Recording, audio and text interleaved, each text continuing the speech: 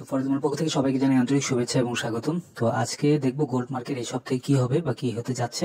গত সপ্তাহে একটি ভিডিও আপলোড করেছিলাম, যে ভিডিওতে আমি বলেছিলাম গোল্ড মার্কেট আপে যাবে এবং নির্দিষ্ট একটা সীমাবদ্ধতার মধ্যে থাকবে। মার্কেট কিন্তু ঠিক সেভাবেই ছিল এবং আমি টেলিগ্রাম চ্যানেলে যে সিগন্যালগুলো আপনাদের সাথে শেয়ার করেছি সেই সিগন্যালগুলো প্রত্যেকটা সিগন্যাল কিন্তু টিপি হিট করেছে, প্রত্যেকটা সিগন্যাল কিন্তু প্রফিটে গিয়েছে।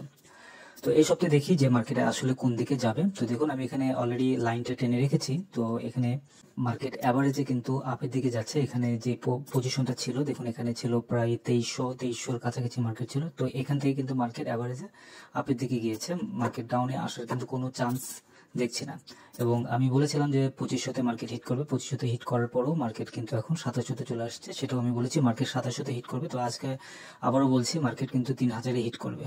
তো এটা আজকে হোক, দুদিন পর হোক, বা 2 মাস পর হোক, বা এই বছরে হোক, মার্কেট কিন্তু 3000-এ হিট করবে, এটা শিওর থাকে। তো দেখুন এখন 2700-র কাছাকাছি মার্কেট গিয়েছে। মার্কেট এখন পর্যন্ত 2700-তে হিট করেনি, বাট মার্কেট উপর থেকে কিন্তু মার্কেট ডাউনে চলে আসছে এবং এই ডাউনটা কিন্তু এখানে খুব বেশি কিন্তু ডাউন হবে না। এখান থেকে মার্কেট কিন্তু ব্যাক করার চান্সটা অনেক বেশি আছে। এখন যেই পজিশনটা হয়ে আছে এটি হচ্ছে মার্কেট রিট্রেস করছে। এই রিট্রেসটা কমপ্লিট হলে দেন মার্কেট আবারও আপের দিকে যাবে। তবে নিচে কিছু সাপোর্ট আছে, যে সাপোর্টগুলো এখানে আপনারা দেখতে পাচ্ছেন। এখানে এই সাপোর্টটা থেকে মার্কেট আপে গিয়েছে এবং এখানে আরেকটা লাইন ছিল, সেই লাইন থেকেও মার্কেট আপে গিয়েছে এবং নিচে দেখুন আরেকটা লাইন আছে, এই লাইন থেকেও মার্কেট আপে গিয়েছে। তো এখন আপ ট্রেন্ডটা একটু দুর্বল হয়েছে, হালকা একটু দুর্বল হয়েছে, যার কারণে এখানে মার্কেট সাইডওয়ে হয়েছে। যেমন উপরে একটা রেজিস্ট্যান্স ছিল, এই রেজিস্ট্যান্স স্ট্রং রেজিস্ট্যান্স, তার নিচে কিন্তু আরেকটা রেজিস্ট্যান্স আছে। এই যে এই পজিশনে একটা আছে, এখানে একটা আছে, এই পজিশনে একটা আছে।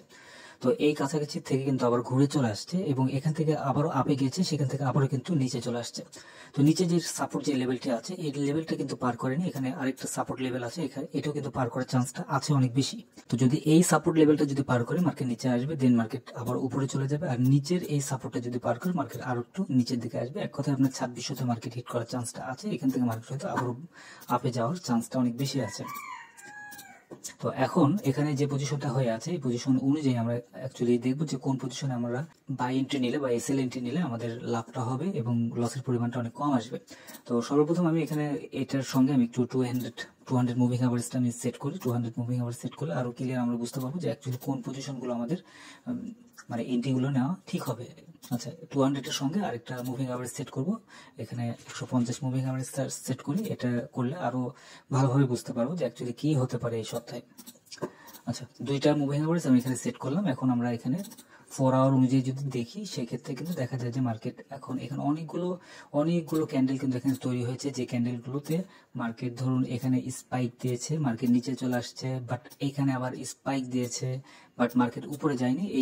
এর মধ্যেই মার্কেট আছে এবং এইদিকেও দেখুন স্পাইক দিয়েছে, উপরে গেছে। এক কথায় সম্পূর্ণ কিছুটা এলোমেলো আচরণ করছে মার্কেট। এবং এখানে দেখুন স্পাইক দেওয়ার পরে এখান থেকেও কিন্তু মার্কেট আপে যেতে পারেনি, মার্কেট নিচে চলে আসছে। আবারও একটা 4 আওয়ারের একটি ক্যান্ডেল আবারও তৈরি হয়েছে। তো এখন যে পজিশনটা আছে, এই পজিশন থেকে মার্কেট নিচে এসে মার্কেট ব্যাক করার চান্সটা অনেক বেশি আছে। তো আমরা বাই এন্ট্রি নেবো তো অবশ্যই, তবে বাই এন্ট্রি নেওয়ার সময় আমাদের দেখতে হবে যে কোন পজিশনটাতে আমরা বাই এন্ট্রি নেবো এবং স্টপ লসটা আমরা কোন পজিশনে ব্যবহার করব। তো সেটি এখন দেখাই।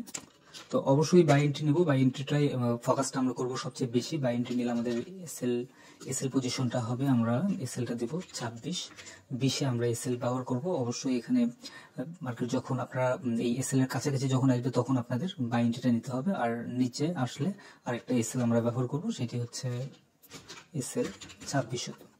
ফুল 2600-তে আমরা এসএল ব্যবহার করব। বাই এন্ট্রির ক্ষেত্রে দুইটা এসএল, এই দুইটা এসএল এর কাছাকাছি যখন মার্কেট আসবে, অথবা যে কোনো পর্যায়ে মার্কেট থাকুক না কেন, আপনাদের এসএলটা এটাই ব্যবহার করতে হবে বাই এন্ট্রির ক্ষেত্রে। আর সেল এন্ট্রি যদি দেন, সেই ক্ষেত্রে সেল একটাই এসএল ব্যবহার করতে হবে। সেল এন্ট্রির ক্ষেত্রে এসএল পজিশন হবে 26-86, এই একটা এসএল ব্যবহার করতে পারবে। তবে মার্কেট ডাউনে আসলে মার্কেট আপে যাবে, এই মেন্টালিটিটা নিয়ে আপনাদের ট্রেডিংটা করতে হবে।